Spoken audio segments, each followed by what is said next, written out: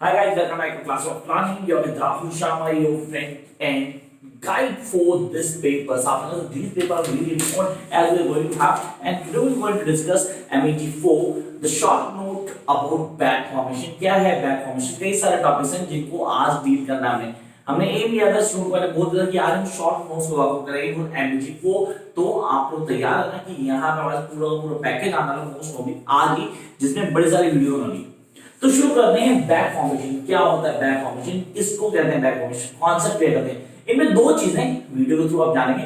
The first etymology है क्या, अगर हम बोलते हैं सर व्हाट इज एटिमोलॉजी, अगर हमने ब्लॉक थर्ड और फोर्थ को ढंग से पढ़ा है तो will get to know that what is lexical और कॉन्सेप्ट क्या है लेक्सिकल से।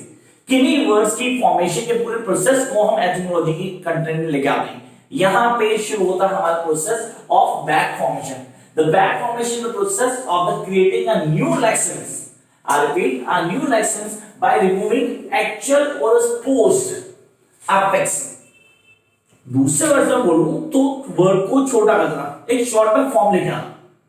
When somebody says that it is back formation, define the back formation in real sense. So I am telling you that I am trying to shorten the word by using the affix concept. तो उसको बोलते हैं हम back formation। इसको थोड़ा detail में समझ लेते हैं।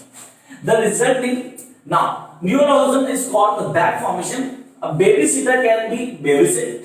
So what we did here, a word actually from but seem to be base of another word, that is a burglar from burglar. तो ये दो एग्जांपल्स हैं जिनको आपने पेपर में डेफिनेटली लिखना जरूरी है क्योंकि ये काम करने वाला है। तो सर अगर ये क्वेश्चन आता है शॉर्ट नोट में 10 नंबर का क्वेश्चन होता है, then how we write down, हम इसको कैसे लिखेंगे, लिखने का तरीका क्या होगा।